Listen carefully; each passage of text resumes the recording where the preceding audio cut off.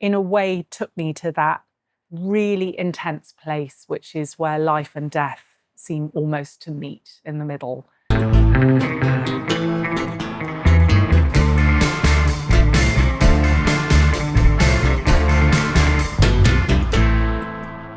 Hello, my name's Gabriel Weston, and I'm the author of a new book called Alive, An Alternative Anatomy, which has just been published by Penguin Random House. This book is really an attempt to refresh our idea of what anatomy is. And what I was really struck by when I started doing my research was that the way we're taught anatomy at medical school and in surgical training is really dead. And so I wanted to present the deadness of our anatomy and then revitalise it. So I thought the title Alive, if I succeeded, would really encapsulate that endeavour. So the format of the book really is to start with a post-mortem, which is my way of kind of introducing a reader to the organs that we're then going to look at one by one. But I suppose in kind of tone and intention, what I'm trying to do is take the dead body and then inspire it with a new sort of fresh way of looking at it.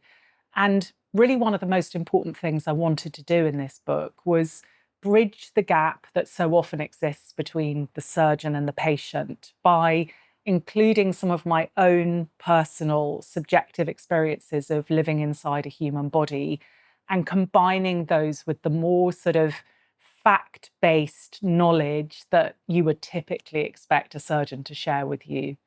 I think of all the organs in the body, the gut maybe is the one that's attracted the most attention in the last 10 or 20 years, and certainly is the organ, I think, compared to what I learned about at medical school, is the most radically changed in terms of how we see it.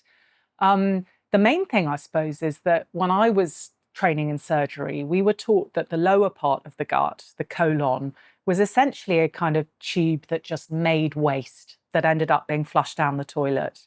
And what we know now is that the gut is actually home to trillions of bacteria, viruses, fungi, and that they're not just sitting there doing nothing like a kind of pile of junk. They actually have really important functions in terms of vitamin production, breaking down fiber into short chain fatty acids, which help regulate our appetite and metabolism, but also most importantly, perhaps, in protecting us against disease and in particular, mental illness. So the way we look at the gut now is just so changed to how it used to be. And what we're discovering is that I think 2/3 of our immune cells are based in our gut. It's got a surface area 100 times as big as that of our skin. And I still think we're probably discovering things almost on a weekly basis about how our guts and our brains interact. Amazingly, for someone who's been doing surgery for over 20 years, I am always completely astounded by how excited I feel when I'm in the operating theatre. But I think the two operations that I viewed for this book that were most inspiring for me were one that I saw where a father had a piece of his liver that was put into his 2 or 3-year-old son's body. His child had a congenital sort of problem with his liver that meant that it was failing. And so they took a segment of the dad's liver in one operating theatre and literally took that segment in a dish next door, and it was plumbed into his toddler son's body and then regenerated in order to give him a completely healthy life. So that was a really beautiful thing to watch. The other one, perhaps sadder, but also kind of full of hope, was I was able to go and see an organ retrieval surgery. So in this particular case, there was a young man who'd had a catastrophic injury. You know, he'd stepped out one night and walked into an oncoming lorry and was pronounced brain dead almost immediately. And his family very generously agreed that his organs could be donated. And I went into the hospital the night that that was done. And I think viewing that scene where there was the intense kind of sadness of knowing that this very young man's life had come to an end, but also watching the meticulous way that all of his organs were retrieved from his body and then travelled out that night in all these different vehicles to different families in order to save, as it turned out, 5 lives that night, kind of in a way took me to that really intense place, which is where life and death seem almost to meet in the middle. And I found watching that very, very moving, actually, even as someone who's really used to the operating theatre, and kind of exciting, if that's not an awful thing to say, kind of intellectually exciting and very moving and touching.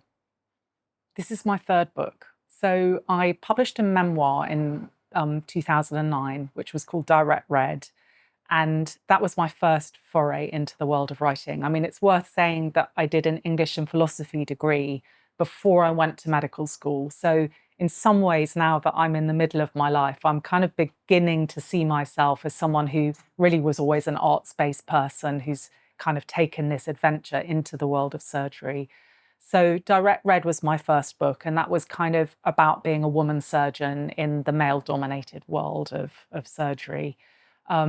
I then wrote a novel a few years after that called Dirty Work, which was a book where I was trying to examine the ethics of abortion provision. And I thought the only way that I could really do that would be by writing fiction that would allow me to really kind of go to both extremes of that argument without perhaps declaring myself in a way that might exclude some readers. But this book, I definitely feel, will certainly has taken me much longer than either of those other two. I feel really what's been significant for me about this book is that I set out to write it in 2 or 3 years' time, which would be the usual period of time it would take me to write. And then all these life events sort of obstructed me, but then also started to change the way that the book was written. I'd always set out to write a book that was about the philosophical experience of living inside a body, as well as being a surgeon who knows about the body. But as I became a patient myself and the mother of a patient, because one of my children became very ill when I was writing the book, the ways that my writing kind of and the way I was thinking about the body were developed by difficult personal experiences, I think have made it a deeper book than I'd set out to write originally. Currently, my working week has a day of surgery in it. So every Thursday I go and operate. And I've always found that during the time that I've been working as a TV presenter or doing my writing, that keeping that one day of surgery is a really good way of, in a way, legitimizing what I have to say about anatomy and surgery in the body, but also kind of giving myself a really comforting anchor so that when I have weeks where the writing hasn't gone well or where there isn't anything else going on, I can sort of get to the end of the week and know that I've done something practical and useful, which is what the surgery provides. So at the moment, my working week is 1 day surgery, 4 days writing. But whenever I come to the end of a book, as I have done recently, I sort of slightly reevaluate that and have to think a bit about whether to increase the surgery a bit or embark on something new with the writing. One of the things that I've had the sort of good fortune to be able to do as a happy accident of my writing, actually, is some presenting work for the BBC. Probably the best known show that I co-presented was Trust Me, I'm a Doctor, which ran into 9 series. I also presented a programme called Incredible Medicine, Dr. Weston's Casebook, which was about unusual chromosomal abnormalities and diseases and difficulties. And then I did a really fun show for the BBC that was about forensic medicine, which was really lovely. Like so many writers, I love hearing about other people's process for writing. And I think that's because it is just an incredibly difficult thing to have the discipline to do. But to be completely honest, I think I have phases where I'm very strict with myself and I try and set aside a certain number of hours a day at the same time every day and just make myself sit at a desk and get something done. And then there might be other times where life is difficult and I'm kinder to myself. And I just think, look, in this coming week, if I can sit down at that desk for 10 or 12 hours in the week, that'll be good. But I definitely feel like the advice to be sitting in the place where good writing can happen is the best advice I've ever read, although I really struggle to follow it. And I mean, it is incredible the number of things that I will find more interesting to do than writing if I give myself that leeway. So, no, I really struggle with the discipline of that. Okay, so my question says, what was the biggest writing disaster you've had? Ooh, I mean, disaster is a big word, right? But I certainly felt in the writing of this book that the amount of time it took me at points felt disastrous. So I've got a lovely Australian husband who's very optimistic. And I would say 10 or 20 times during the writing of this book, because of how slow I was being and how derailed I was by stressful life events that stopped me doing my work, I would go to him in floods of tears and say, I'm never going to finish this book.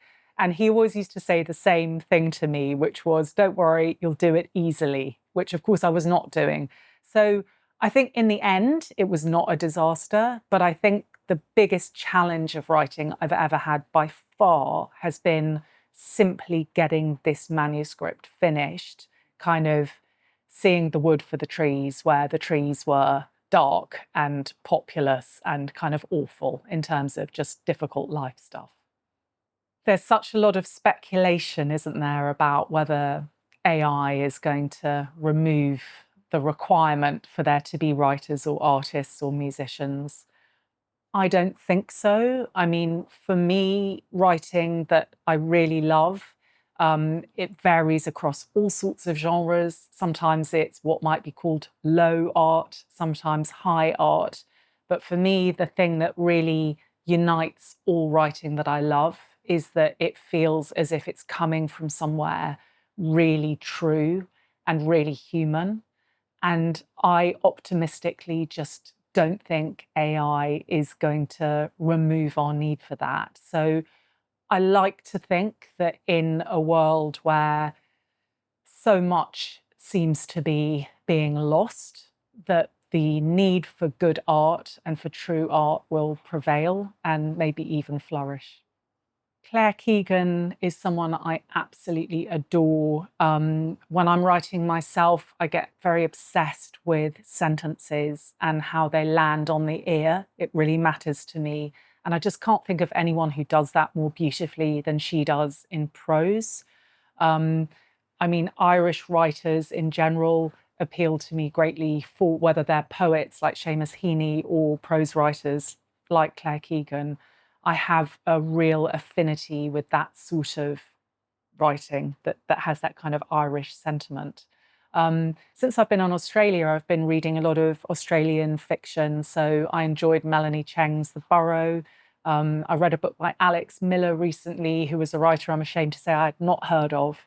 And I've just finished reading one of Robbie Arnott's novels. And I think the way that he writes about the Australian landscape is just exquisite. So I'm really enjoying kind of trying to find writers in Australia that I wouldn't necessarily find in London. And I think there's a real passion in Australian fiction writing that kind of distinguishes it, I think, and I'm really enjoying exploring. I read obsessively as a child. I was often to be found kind of in the airing cupboard or hiding under a bed or a table. And it's funny, isn't it? Because, of course, nowadays as parents, if we saw our children reading, we would sort of enthrone them and protect them in that activity. But I remember as a child in the 70s, my parents being a bit troubled by how much of my time I spent inside books and how little in the real world. And I must say, I have continued that way right into adulthood. Sometimes I feel as if the most important things that are happening in my day are my experiences inside other people's book worlds and imaginations. So I don't think it's an exaggeration to say that for me, books have been as important as reality, if they are indeed separable. I've got a couple of ideas for some books. Both nonfiction, which I'm kind of keeping brewing in my own brain at the moment. I'm definitely going to be going back to the UK in our summertime and starting to do some surgery again. But I really hope I can get at least one of these new book ideas off the ground and hopefully write it in quicker than 10 years. Thank you.